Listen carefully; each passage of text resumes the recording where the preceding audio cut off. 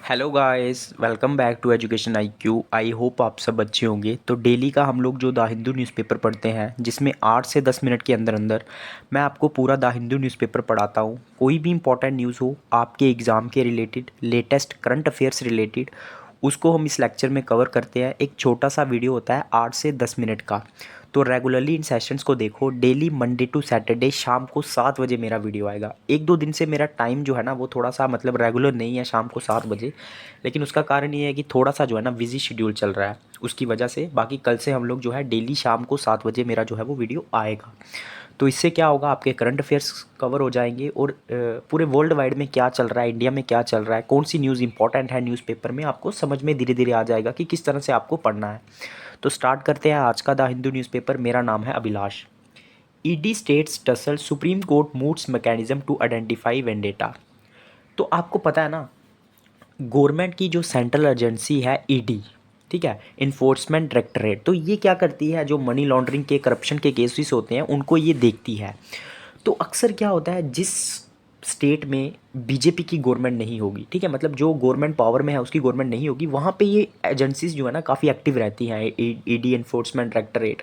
और दूसरा क्या है, जो स्टेट गवर्नमेंट है वो क्या करती है, इन एजेंसीज के ऑफिसर्स को अरेस्ट करवाती है। तो मतलब सेंटर और स्टेट में ये जो अनातनी है ये चलती रहती है। उसी को लेके सुप्रीम कोर्ट ने एक सोल्यूशन, मतलब कुछ निकालने के लिए उन्होंने एक मूट मैकेनिज्म को आइडेंटिफाई किया है, ताकि दोनों पार्टीज़ का कुछ ना कुछ जो है वो सोल्यूशन निकाला जा सके, ठीक है। तो सबसे पहले ये तमिलनाडु में इसको टेस्ट किया जाएगा।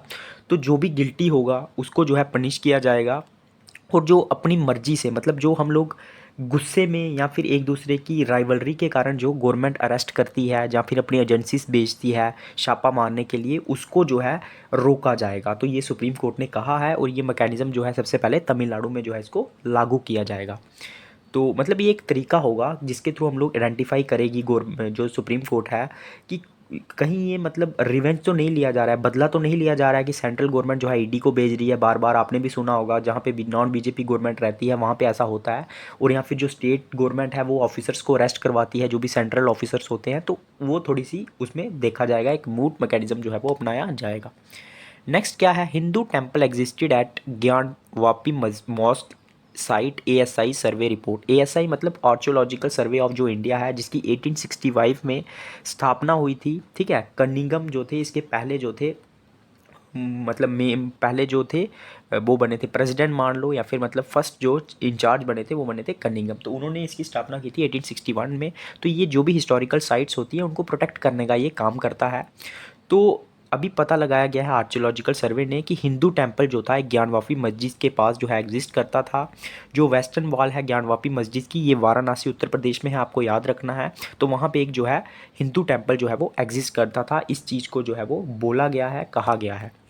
किसने, आर्कियोलॉजिकल सर्वे ऑफ इंडिया ने। नेक्स्ट न्यूज़ के ऊपर हम लोग चलेंगे जो भी इंपॉर्टेंट होगी आपके एग्ज़ाम के लिए। पॉलिटिकल न्यूज़ को हम लोग कवर नहीं करेंगे क्योंकि वो आपके एग्ज़ाम के लिए इंपॉर्टेंट नहीं रहती है। तो नेक्स्ट क्या है, जो भी मतलब पॉलिटिकल न्यूज़ को कवर करने का कोई मतलब ही नहीं है, ठीक है। तो हम लोग वही न्यूज़ को जो है कवर करेंगे। आपको पता है रिपब्लिक डे है ना, तो मैक्सिमम पेज जो है वो रिपब्लिक डे के ऊपर आए हुए हैं, देख सकते हो आप। तो इतना कुछ आज के न्यूज़पेपर में है नहीं, लेकिन जो भी इंपॉर्टेंट न्यूज़ होगी वो तो मैं आपके लिए कवर करूँगा, ठीक है।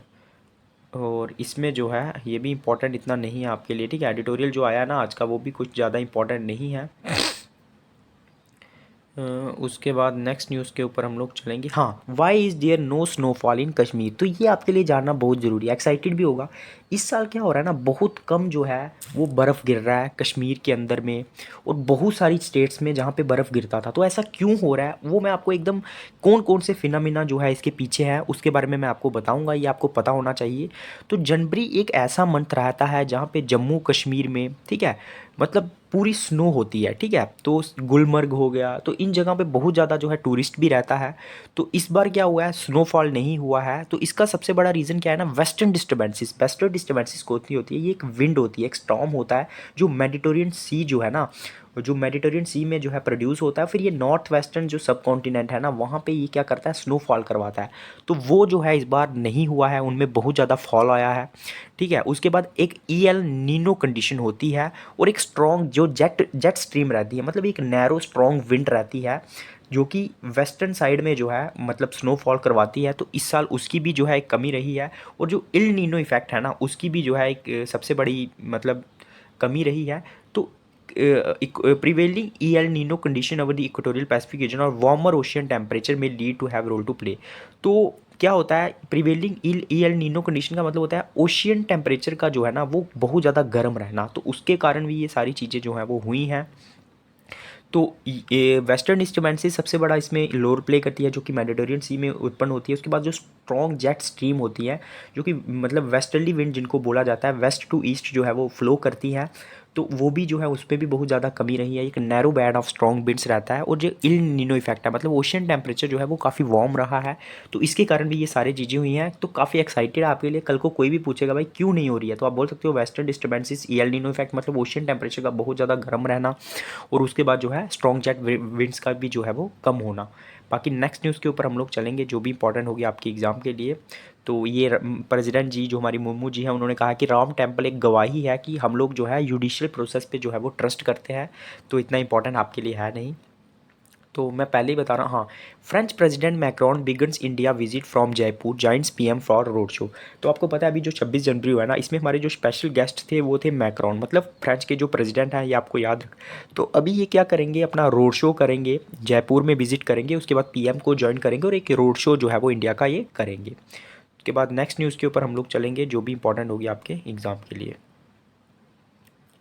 हायर एजुकेशन एनरोलमेंट रोज बाय 19 लाख इन 21-22 गवर्नमेंट। तो गवर्नमेंट सर्वे में पाया गया कि जो हायर एजुकेशन को एनरोल करते हैं, एडमिशन लेते हैं, वो लगभग 19 लाख तक जो है वो स्टूडेंट बढ़े हैं। तो एजुकेशन के लिए ये जो है वो अच्छी बात है, और इसमें वुमेन का भी जो है रोल बताया गया है। नेक्स्ट न्यूज़ क्या है, रेड सी क्राइसिस में हॉट कंपनीज बूस्ट इन्फ्लेशन।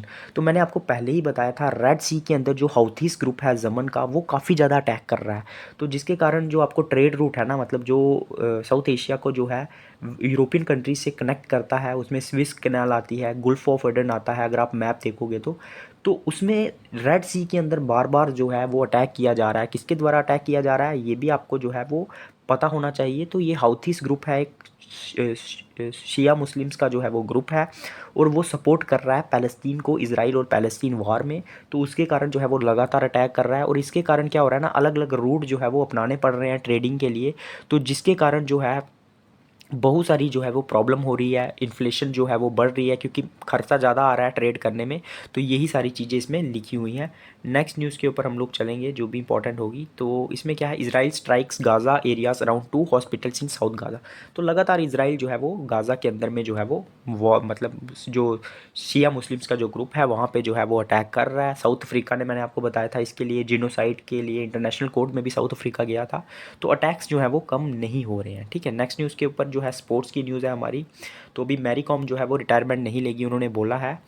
उसके बाद इंडिया और आपको पता है इंडिया और ऑस्ट्रेलिया के बीच में टेस्ट मैच चल रहा है। ठीक है, और इसमें जो है और कुछ ज़्यादा इंपॉर्टेंट नहीं है, पूरा न्यूज़पेपर मैंने आपके लिए कवर कर दिया है। वीडियो अच्छा लगा होगा लाइक करना। कल शाम को 7 बजे मेरा जो है वो वीडियो आ जाएगा, तो आप टेलीग्राम को ज्वाइन कर लेना, वहाँ पे मैं आपको लिंक भेज दूँगा। काफ़ी यूज़फुल होंगे ये सेशंस आपके लिए, तो रेगुलरली इन सेशंस को देखो, वीडियो को लाइक करो। जय हिंद।